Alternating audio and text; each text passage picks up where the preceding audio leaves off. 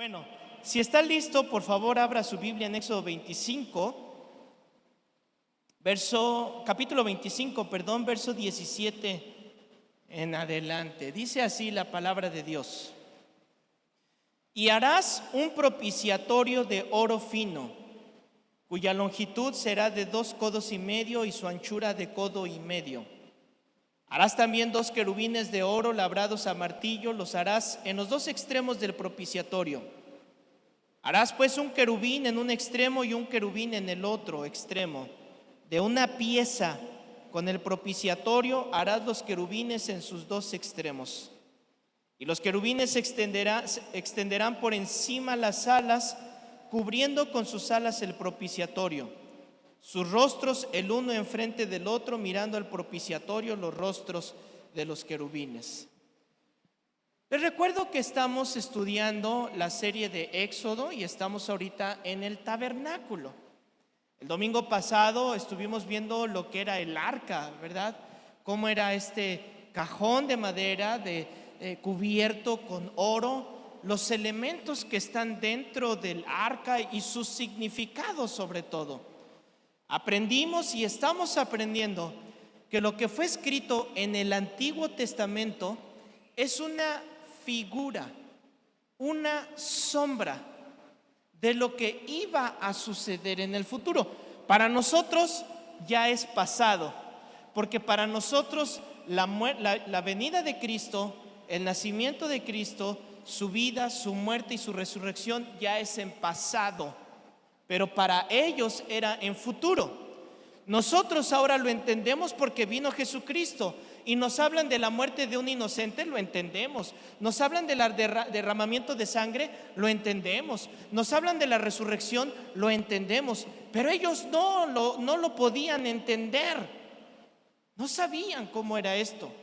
Estaba leyendo recientemente la biografía se me fue el nombre, Helen Keller, y si me equivoco haré un comentario ahí para corregir el nombre de esta mujer. Una niña que quedó sorda y ciega. Una niña que, ¿sí es Keller? ¿Sí es Helen Keller? Gracias. Que mientras ella estaba bien jovencita fue una niña problemática, insoportable. Era una niña odiosa. Sus papás no sabían qué hacer con ella. Y ahora nosotros entendemos. Imagínate una niña que no oye y que no ve. ¿Cómo es su vida? Entonces los papás buscaron ayuda por muchos lugares y la llevaban a un lugar para que le enseñaran, pero como ella era desesperante, aventaba las cosas y le hacía, como dicen por ahí, ver su suerte a las personas, pues no era muy deseada, hasta que llegó a un hospital donde les enseñaban a sordos y a mudos. Y ahí se encontró con una mujer cristiana llamada Ann. Ann era una adolescente y le dijeron: ¿sabes qué? Tú le vas a tener que enseñar a ella el lenguaje de los sordos y de los mudos. Ya nadie quería estar con ella. Entonces ella fue y le empezó a enseñar. Mire, para no hacerle la historia tan grande, ella tuvo una paciencia y en su biografía dice que lo único que la impulsó a permanecer con ella fue el amor a Dios y el amor de Dios. Ella dijo: es que si yo no le enseño, si yo no le hablo, si yo no soy luz, ¿quién le va a dar luz a ella? ¿Quién la va a ayudar? ¿Quién le va a enseñar? Y permaneció. Terminó su tiempo de trabajar en aquel hospital y le dijeron: bueno, ya acabaste, puedes irte. Y ella dijo: no, yo voy a permanecer con Keller, yo me voy a quedar con ella. En su etapa de adulto, Keller se convirtió en una supermujer, en una mujer activista, en una mujer que ayudó a generaciones y a generaciones de sordos y de mudos, que cambió la historia de su nación, que se levantó por los que menos podían, que se levantó para cuidar la igualdad y que no oprimieran a los sectores desvalidos. La reina de Inglaterra la reconoció y en sus palabras ella dijo: de no haber sido por Ann, yo no hubiera podido. A mí me dejó una lección tan grande en pensar cómo una adolescente, por amor a Dios, aguantó hasta llevarla al conocimiento de Cristo, hasta llevarla a ser una mujer quien fue. Y nosotros nos desesperamos bien rápido, ¿a poco no? Cuando le dices a una persona: oye, te invito a la iglesia, y te dice: sí, órale, y no está lista el domingo, y te dice: para la otra. ¿Qué le respondes? No, que ya no va a haber otra, no voy a volver a ir, yo tenía planes y mira lo que me hiciste, ¿no? Estoy aquí gastando mi dinero, mi tiempo, y estamos por pequeñeces, cuando no te das cuenta que tú puedes ser esa mujer, ese hombre que cambie la historia de toda una familia. ¿Cuál fue el ministerio de Ana en la Biblia? ¿Sabe cuál fue el ministerio de Ana? Ser mamá. Ese fue su ministerio, ser mamá.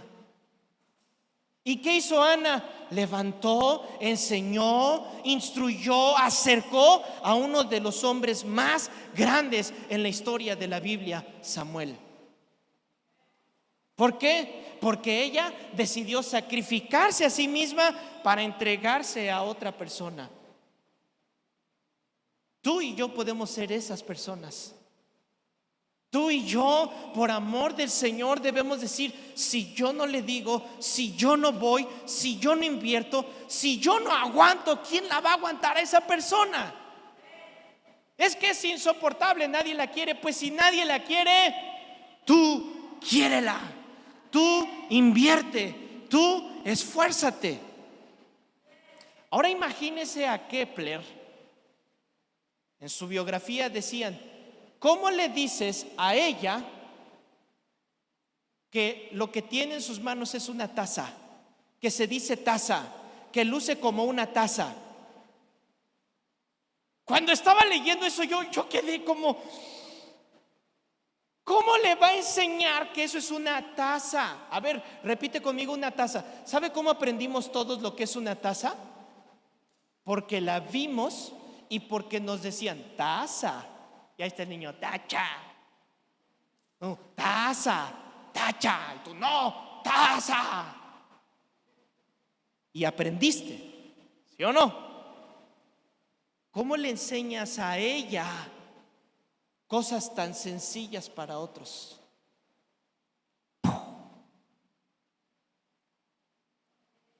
¿Qué hizo el Señor con nosotros? Nos dejó todas esas verdades espirituales para que entendieras con mucha paciencia la obra que Él iba a hacer, porque sabía que cuando viniera y lo vieran en la cruz, la gente iba a decir: pero ¿cómo va a ser ese Dios si míralo, está en una cruz? Se supone que los dioses no mueren, son inmortales. Sabía que la gente iba a decir: ¿cómo va a ser Dios si es un humano? Sabía que la gente iba a decir: ¿cómo va a ser Dios si le dice: yo hago lo que el Padre me dice? ¿Cómo va a ser Dios? Es que el Señor sabía que estábamos sordos y ciegos. Entonces dijo: te voy a enseñar de esta manera para que entiendas estas verdades. Y nos dejó esta pieza tan importante en el arca, que es el propiciatorio. El propiciatorio, para los que les gusta estudiar en el diccionario, en la concordancia, es la palabra hebrea 3727, caporet. Caporet. Caporet simplemente significa tapa. Tapa. Es como la kipá, ¿verdad? Que es una tapa, una cubierta que usan, son derivados de esta palabra. Esta tapa que le está diciendo Dios a Moisés que haga, era para ponerla justamente en el arca, encima del arca. Y algo bien interesante, a diferencia del arca, es que esta tapa no llevaba madera, era de oro puro. ¿Cuánto le imagina que pese esa tapa? ¿Cuánto imagina que sea su valor del oro en esa tapa.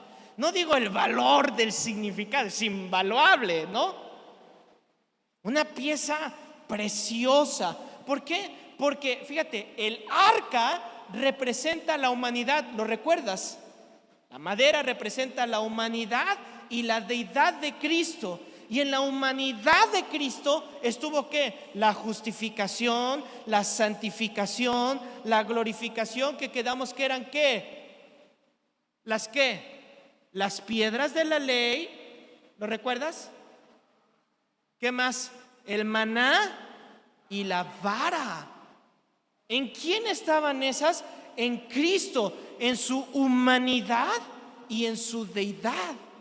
Pero ahora en esta me habla solamente de oro puro. ¿Por qué ya no hay madera? Porque, agárrate, el propiciatorio representa la obra de Cristo. ¿Qué representa el propiciatorio? ¿Qué? La obra de Cristo, como el oro, puro, preciada. Ese es el propiciatorio. Vea lo que dice el capítulo 25, el versículo 1. Estábamos viendo ahorita. Y pondrás el propiciatorio encima del arca, y en el arca pondrás el testimonio que yo te daré. Y vean lo que hace el propiciatorio. Y de allí, ¿de dónde? ¿De dónde es allí? ¿Dónde?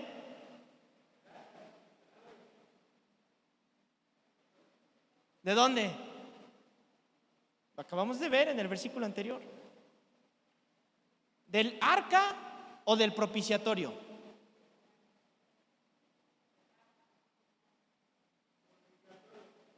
Sí, si no es un sindicato, es el otro sindicato, ¿verdad? Del propiciatorio, escuche, y de allí, ¿dónde voy? 22. Y de allí me declararé a ti y hablaré contigo de sobre, ¿dónde? ¿Está en el versículo 22 o no está en el versículo 22? Éxodo 25, 22. ¿Qué le dije? ¿Y por qué no me dice que estoy mal? Corríjame. Verso 22. Por eso no supo la respuesta, ¿verdad? Lo entiendo. Por eso no supo. Verso 22. Y de allí me declararé a ti y hablaré contigo de sobre ¿qué? El propiciatorio, de entre los querubines que están sobre el arca del testimonio, todo lo que yo te mandare para los hijos de Israel. Entonces, cada año en el otoño, en la fiesta de Tishrish, más o menos es en esa temporada del otoño, es cuando se hacía la ofrenda de expiación.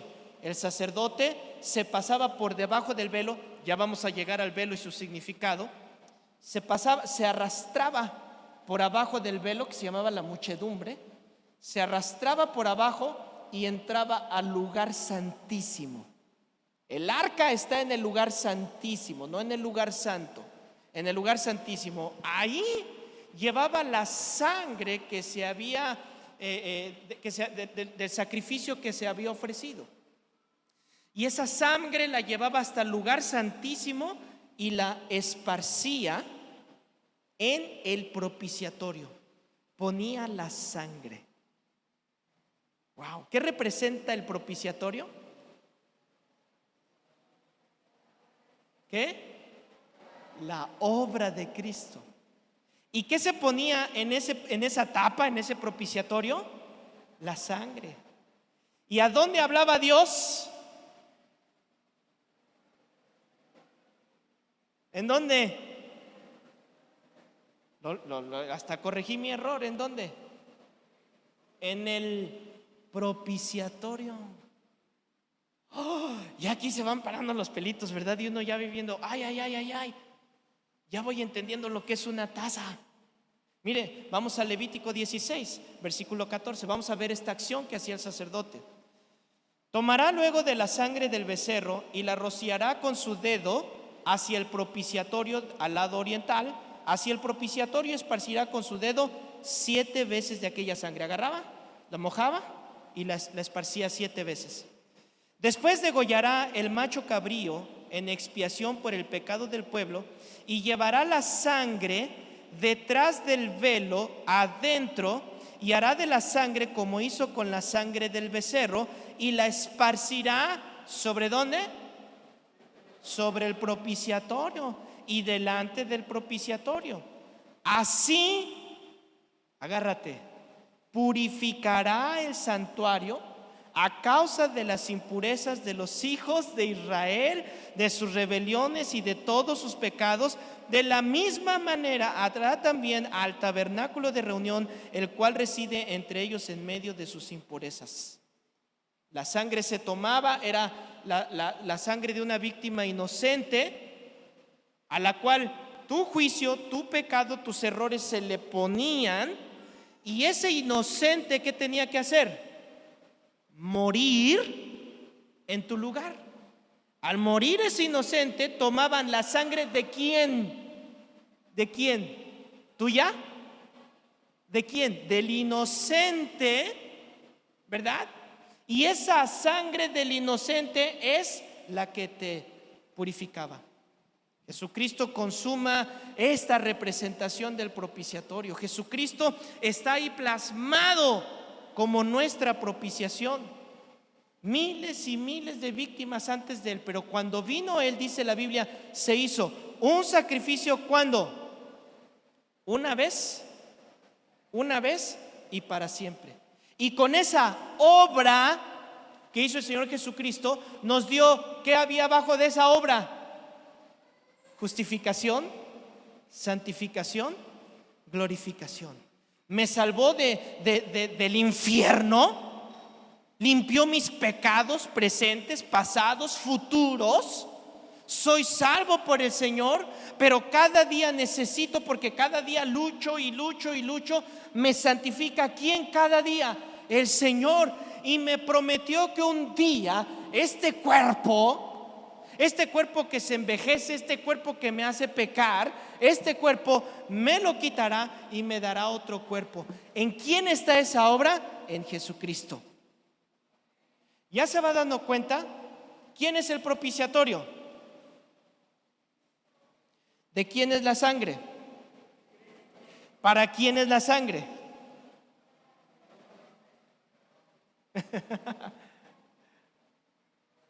Para perdón de nuestros pecados, pero se le entrega al Padre. Ahora, le dijo en este versículo que leímos, de allí me declararé a ti. Entonces me recuerda cómo se declara Dios a mi vida. ¿Cómo te va a hablar Dios a tu vida? ¿En dónde te va a hablar? En el propiciatorio. ¿Quién es el propiciatorio? Jesucristo. ¿Cómo se te va a declarar Dios a tu vida? A través de Jesucristo. ¿Quieres saber cómo es Dios? Ve a Jesucristo. ¿Quieres conocer los atributos de Dios? Ve a Jesucristo. ¿Quieres saber cada secreto, cada caminar, la gloria de Dios? Ve a Jesucristo, porque Él dijo allí, no en ningún otro lado, no de ninguna otra manera. En el propiciatorio me comunicaré contigo. Miren lo que dice Primera de Juan 2:1, te lo sabes de memoria. Hijitos míos, estas cosas escribo para que no peques. Si alguno hubiere pecado, abogado tenemos para con el Padre. ¿A quién?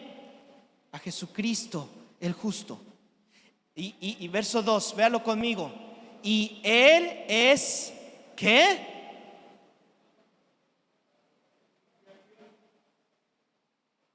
¿Quién es Jesucristo?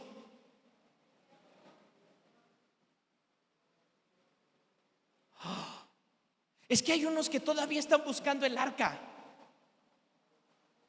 Es que hay unos que todavía piensan que se necesita un elemento para decir aquí está Dios, y no han entendido que la Biblia dice que Jesucristo es la propiciación. ¿Por quién? Por nosotros. Entonces, ¿te das cuenta que el versículo 1 dice que Jesucristo es nuestro abogado? Y el versículo 2, ¿qué dice que es? Nuestra propiciación.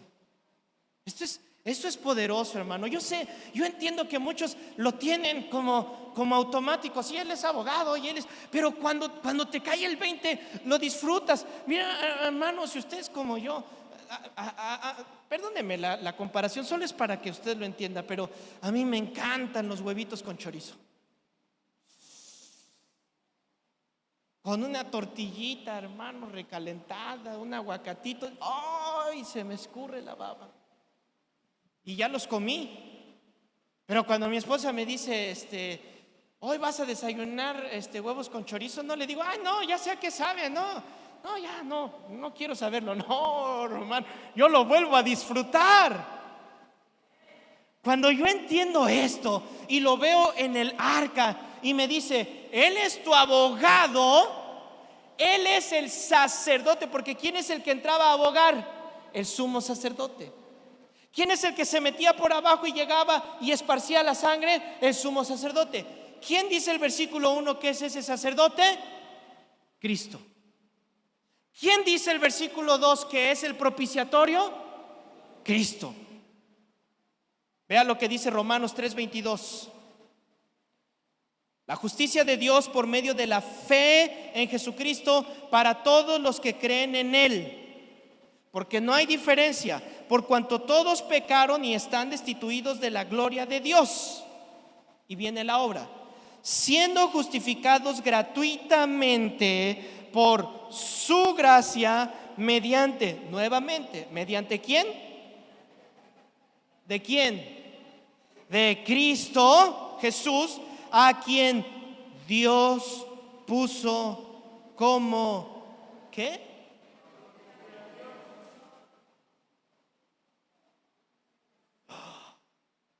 ¿Te das cuenta?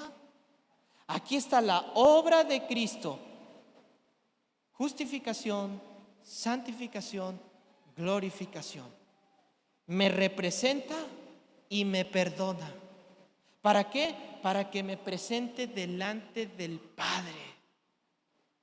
Cuando Dios ha hecho todo esto por mí, hermano, y llega alguien y me dice, ay, Jesucito,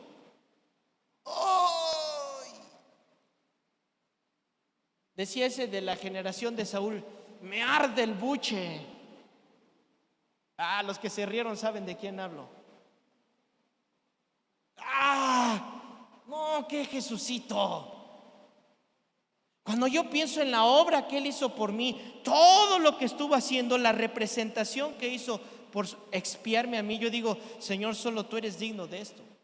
Ahora, en el propiciatorio dice que tenía 2 querubines, uno arriba de otro. ¿Y qué estaban haciendo estos querubines?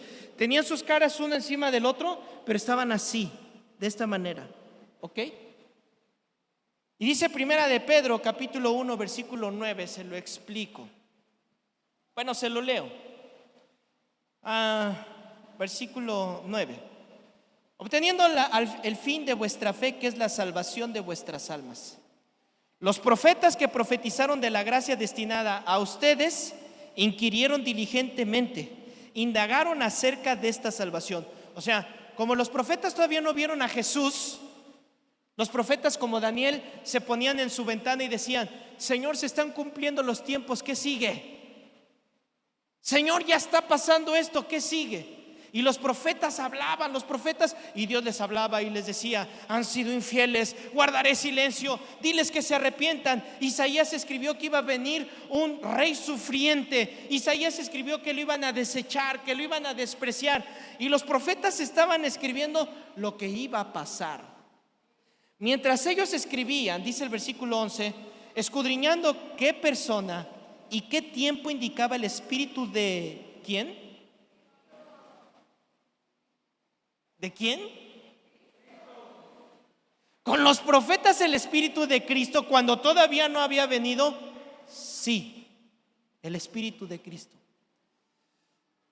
el cual anunciaba de antemano los sufrimientos de Cristo y las glorias que vendrían tras ellos. A estos se les reveló que no para sí mismos, sino para nosotros. Y ellos, los profetas, administraban las cosas que ahora ya viste, que ahora ya sabemos que vino Jesucristo y que murió, que son anunciadas por los que han predicado el evangelio por el Espíritu Santo enviado del cielo. Y escuchen, cosas en las cuales que anhelan mirar los ángeles. Es decir, los ángeles no sabían lo que iba a pasar, ni los querubines sabían lo que iba a pasar. ¿Qué hacían todos ellos? ¿Qué pasa?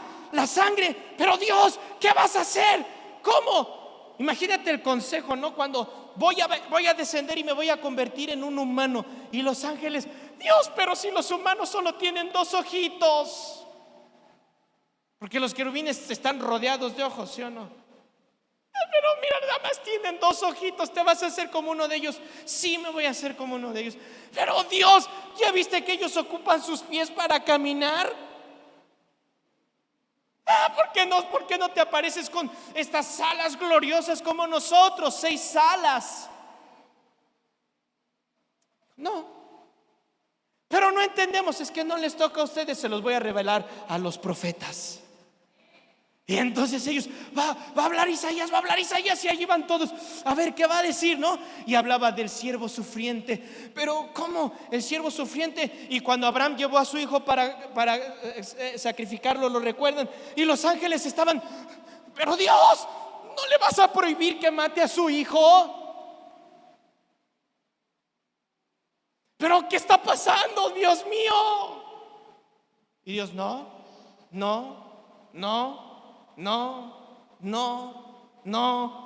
ya, dígale que no. Uy, no. Y he aquí, dice la Biblia, un ángel del Señor detuvo a Abraham. ¿Te imaginas a estos querubines así como, no sé si sudan, ¿no? Pero te los imaginas así. Ay, Señor, nos pusiste un susto, pero ¿qué pasa? Ustedes pónganse aquí y ustedes van a mirar la obra expiatoria. Ustedes van a mirar la propiciación de Cristo para las personas. Hoy. Y luego el verso 22 le dice, y allí hablaré contigo. Miren lo que dice Hebreos 1, versículo 1. Yo le estoy dando de tratar, le estoy tratando de dar argumentos teológicos, bíblicos, para que su fe, porque la fe viene ¿por qué? ¿Qué? Le estoy dando estos argumentos, hermano, para que usted entienda con la palabra de Dios por qué le digo lo que le digo, y no simplemente sea porque la santa tradición nos enseñaron, ¿no? Y luego ni sabemos y nada más repetimos lo que nos enseñaron, que ni bíblico es un montón de veces. Dice Hebreos 1:1, Dios, habiendo hablado muchas veces y de muchas maneras en otro tiempo a los padres por los profetas, en estos postreros días nos ha hablado por el Hijo, a quien constituyó heredero de todo y por quien asimismo hizo el universo, el cual, siendo el resplandor de su gloria y la imagen misma de su sustancia, y quien sustenta todas las cosas. ¿Quién sustenta todas las cosas? Sí, Dios, pero ¿qué persona de Dios está hablando aquí? Sí lo leyó, no, lo repito, versículo 2. Habla por el Hijo a quien constituyó heredero, por quien asimismo hizo el... O sea, chéquese esta palabra, por quien asimismo hizo el universo. ¿No le hizo cortocircuito? Por quien hizo el universo, debería de ser, ¿sí o no? Pero no dice así. ¿Cómo dice? Por quien asimismo. ¿Quién? ¿De quién está hablando? Del Hijo. Y el cual, siendo el resplandor de su gloria y la imagen misma de su sustancia, no porque es una estatuilla como muchos, la imagen de Dios. No. ¿Qué significa la imagen? Lo que puedes ver de Dios. Esto es Jesús. ¿Quieres ver a Dios? Aquí está la imagen. Esto es lo que puedes ver de Dios. Y sigue diciendo, el cual siendo el resplandor de su gloria, imagen de su sustancia, y quien sustenta. ¿Quién? ¿Desde quién estamos hablando? De Jesús, de Jesucristo, quien sustenta todas las cosas con la palabra de su poder. ¿De quién? De Jesucristo, habiendo efectuado la purificación de nuestros pecados. ¿Quién? ¿Quién efectuó la purificación? Jesucristo. ¿Por medio de quién?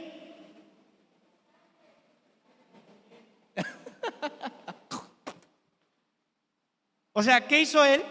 Él fue el sacerdote. ¿Y él fue qué? El sacrificio. ¿Sí se da cuenta? Por medio de él y para él mismo se sentó a la diestra de la majestad en las alturas, ¿no? A partir de la muerte de Cristo ya no hay sacrificios. Se acabaron los sacrificios. Ya lo pasado. Dice el versículo, capítulo 9, versículo 6 de Hebreos 9, 6. Y dispuestas estas cosas en la primera parte del tabernáculo, entran los sacerdotes continuamente para cumplir los oficios del culto. Pero en la segunda parte, o sea, el lugar santísimo, solo el sumo sacerdote, una vez al año, no sin sangre, la cual ofrece por sí mismo y por los pecados de ignorancia del pueblo. ¿Okay? Dice la Biblia, antes andabas en ignorancia.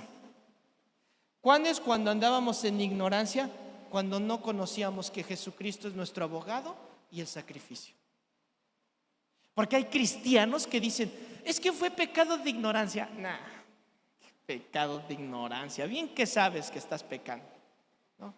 No, es que no sabía porque lo ignoraba. Lo ignoraste porque quisiste, porque ahí está escrito en la Biblia. Y si no estás leyendo la Biblia, estás pecando porque no estás teniendo comunión con Dios, ¿no? Entonces, el pecado de ignorancia no es que no lo sabía. La ignorancia es que no sabíamos la obra redentora de Cristo. Pero ya lo sabemos. Y dice aquí mismo, ¿dónde vamos? Verso 8.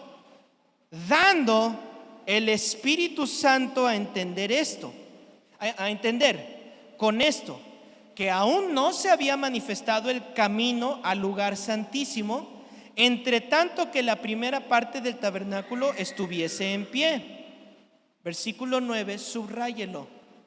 Lo cual es símbolo para el tiempo presente.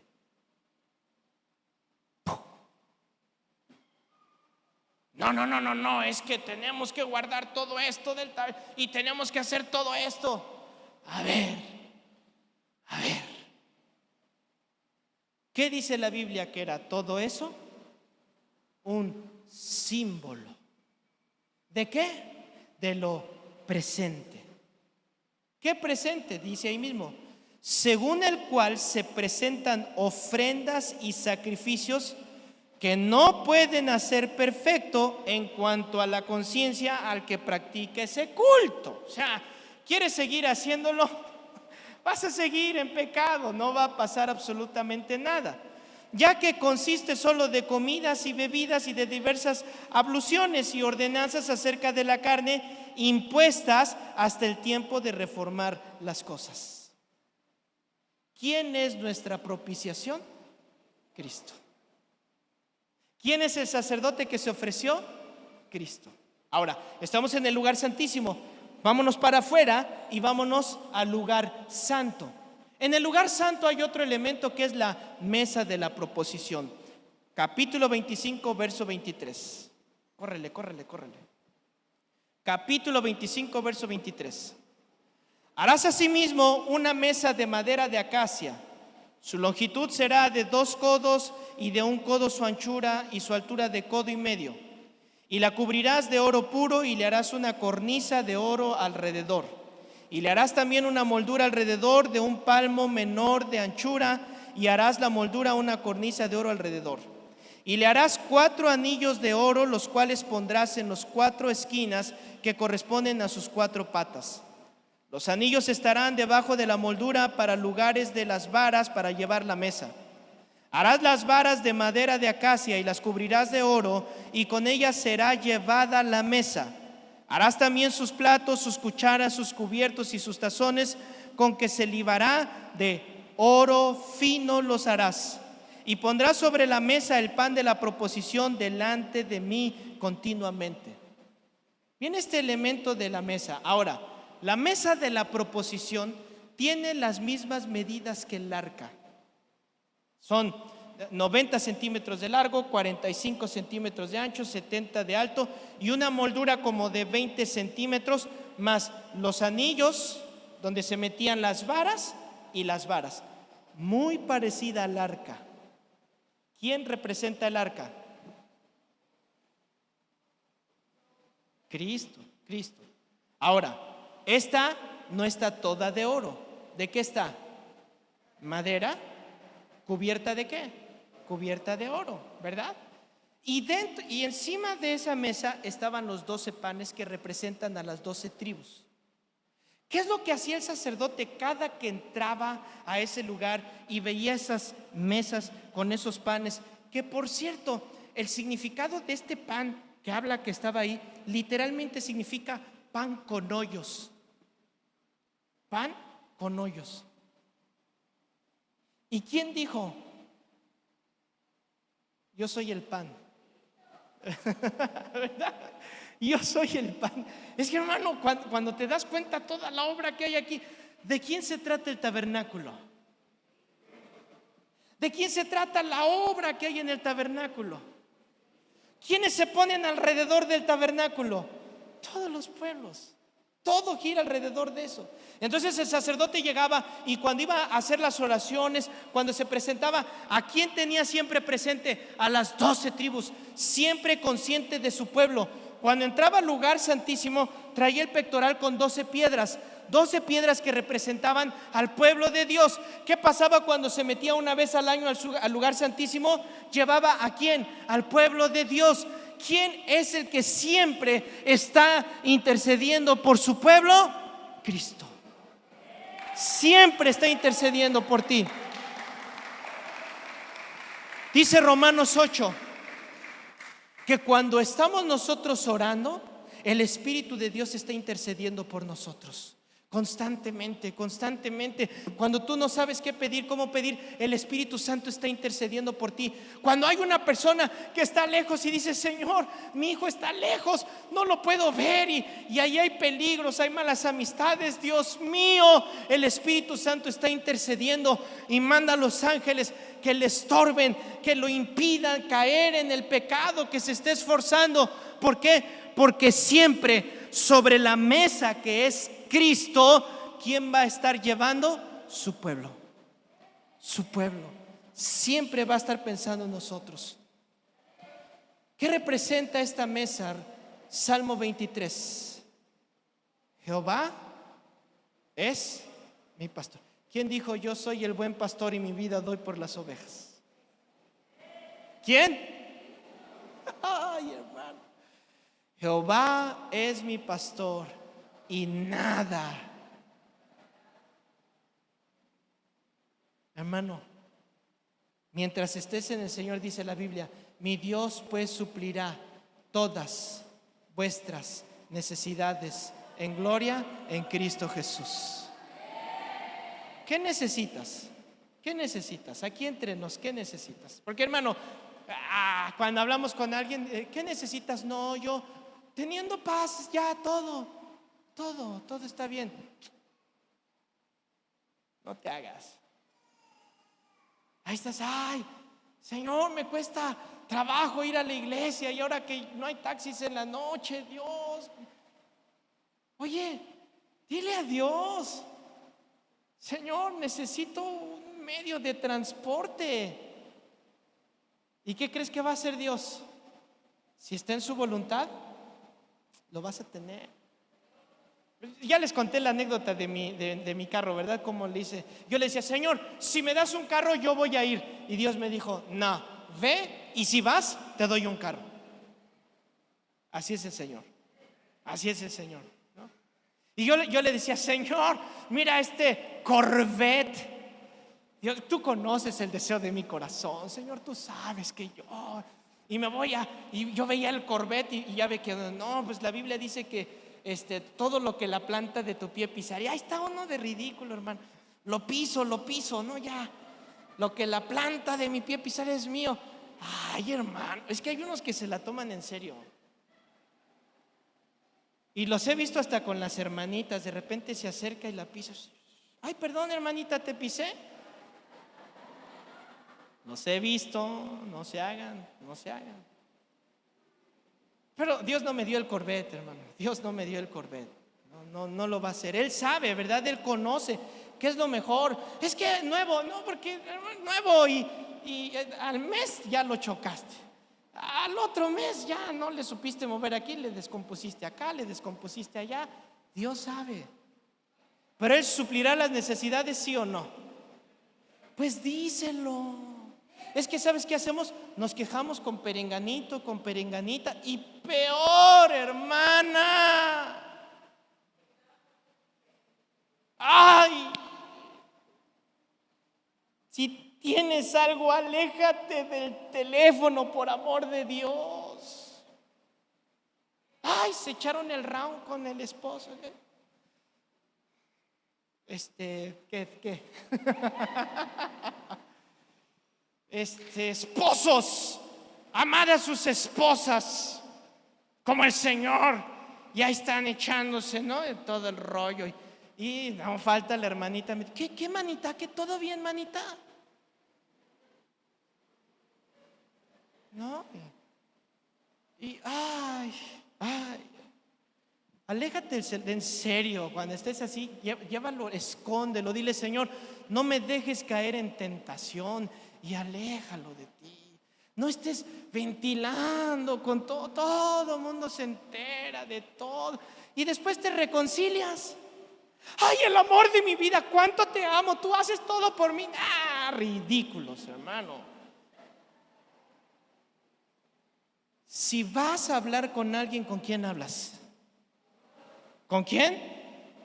Con Dios. Y dile, Señor, me siento, estoy. Y mira, vas a ver que apenas le estés diciendo, te va a venir. ¿Por qué? Porque dice, Jehová es mi pastor, nada me faltará, aunque ande en el valle de sombra de muerte. ¿Qué hay en el valle de sombra de muerte?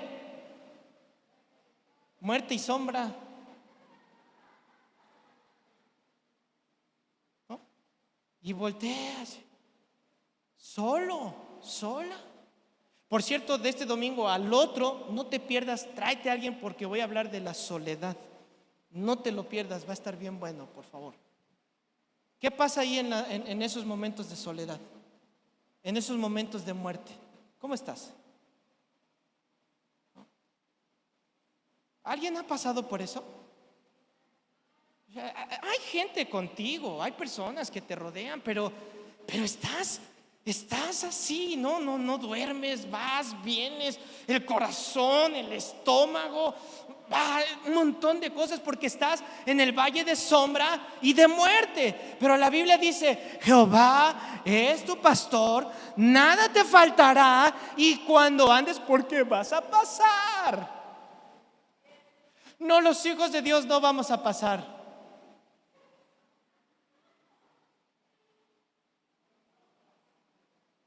¿Qué crees? Y luego nos tocan los 7 valles, ¿no? Ya vas subiendo a uno, ya estás arriba y dices, ya la hice. No, hijo, tienes que bajar otra vez. Y ahí vas, para abajo otra vez. Y ahí vas. Aunque ande en valle de sombra de muerte, no temeré, porque aunque padre y madre y familia y el pastor y la iglesia y amigos te dejaren, con todo, yo estaré contigo. Ay, hermano, se me paran los pelitos.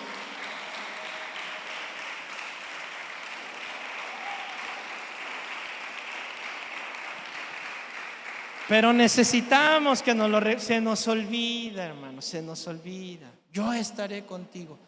Tu vara y tu callado, ¿qué? No, tu vara y tu callado me traerán a varazos, ¿no? Órale, no. Bueno, a lo mejor y así te da ánimo el Señor, ¿no? A lo mejor necesitamos. Órale, ya, deje de estar de pobrecito de mí. Y tú eres un hijo de Dios, una hija de Dios. Yo no sé, ¿verdad? Dios sabe. Pero que te va a dar ánimo, te va a dar ánimo, ¿no?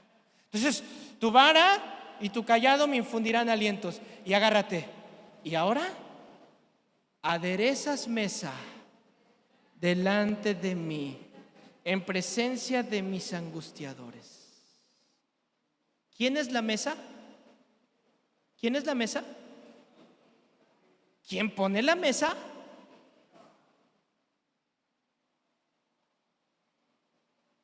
Tú preparas la mesa para mí y tú le dices a mi angustiador, a la soledad, a la deuda, al pleito en la casa, me ofendió mi esposo, me lastimó con sus palabras. Este ojo cabezón no se da cuenta que eso me lastima, ¿verdad? Dice la Biblia, le vas a decir a ver, quédate ahí, atrás de la raya, porque acá estamos trabajando. Allá quédate. ¿Y cómo crees que está la angustia viéndote a ti sentadito en comunión con Dios? ¿Cómo te lo imaginas? Ay, pero deberías de estar nervioso, deberías de estar llorando, deberías de estar yéndote de la casa, deberías de estar aquí. Y la angustia está pero enojada. Y Dios dice, no, tú tranquilo, siéntate, ¿no? ¿Quién te está angustiando? La deuda, Señor, ya no puedo con la deuda que está. A ver, ahí quédate. Ven, tranquila. Y empieza. La angustia, los opresores no van a ir contigo. Grábate esto: el bien y la misericordia. Pero es que los caminantes de Emaús no entendían que Dios estaba con ellos hasta que les abrió la palabra de Dios. Y tú no entiendes, vas con los angustiadores, ¿no? Vas con los problemas ahí caminando y Dios te dice, ya te dije, no camines con ellos, camina con el bien y ¿qué? Y la misericordia. Sí es cierto, Señor. No, ustedes váyanse para allá. Me voy con el bien y la misericordia. Dice la Biblia, ellos, no tus angustiadores, ellos te seguirán todos los días de tu vida. Y en la casa de Jehová moraré por largos días. Hermano. Ay. Entonces yo voy entendiendo, ¿no? ¿Quién es la propiciación? Jesucristo. ¿En dónde me habla Dios? En Jesucristo.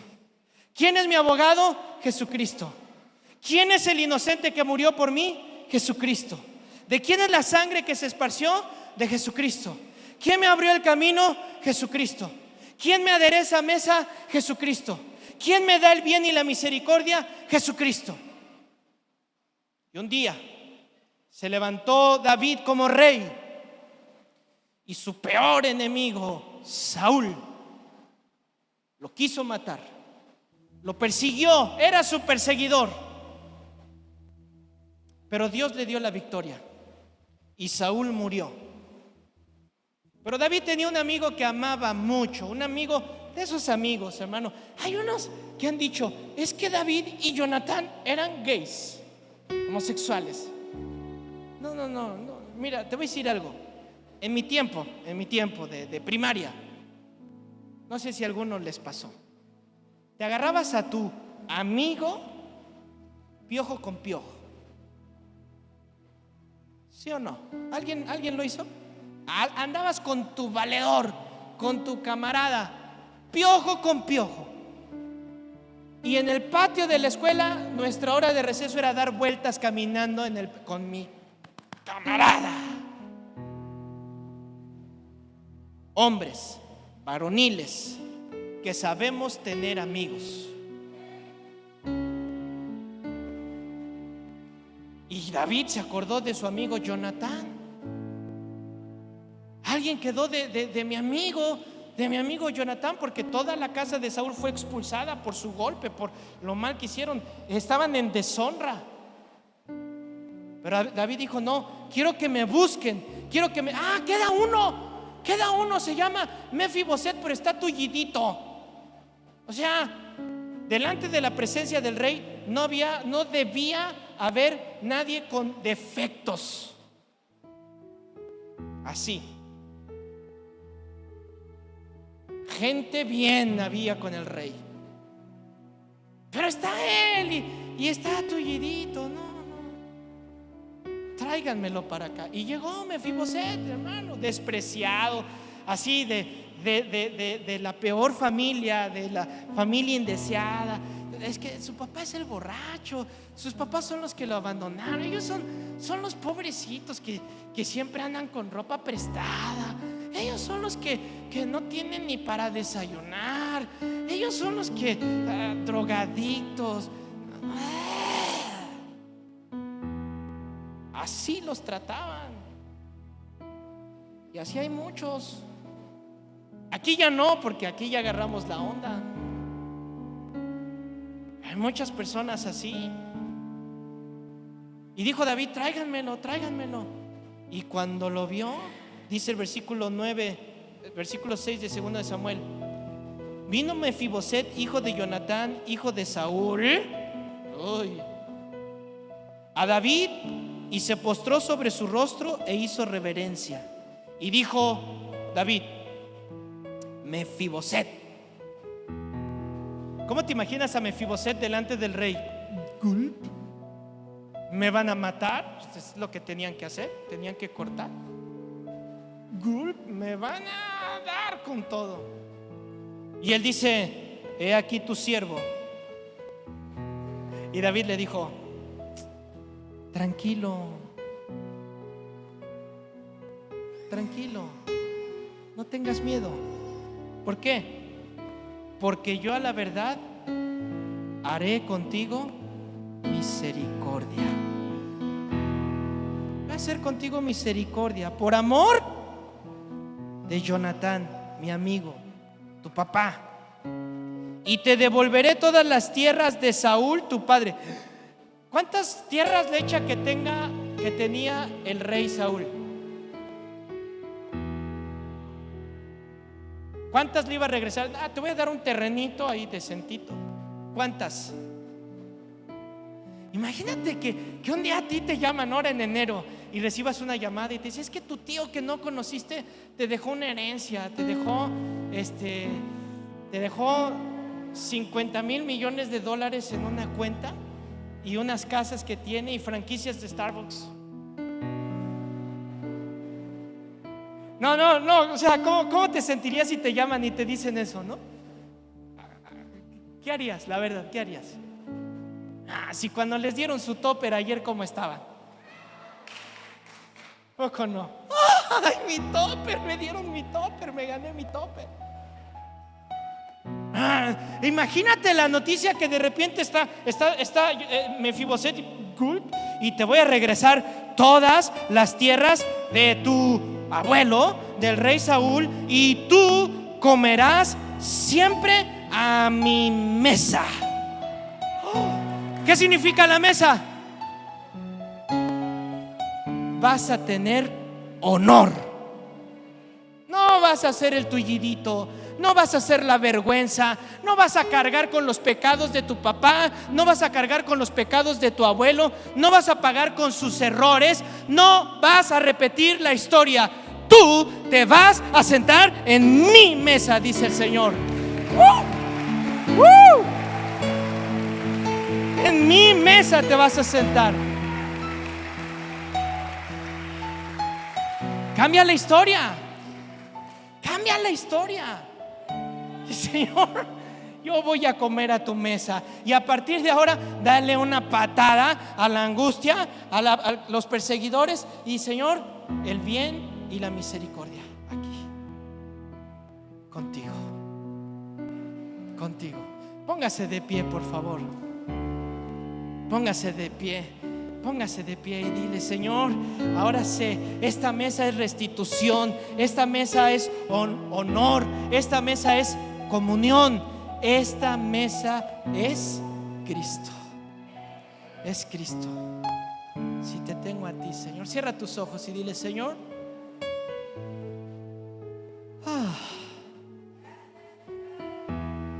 gracias, Señor. Yo pienso que debemos pedirle perdón.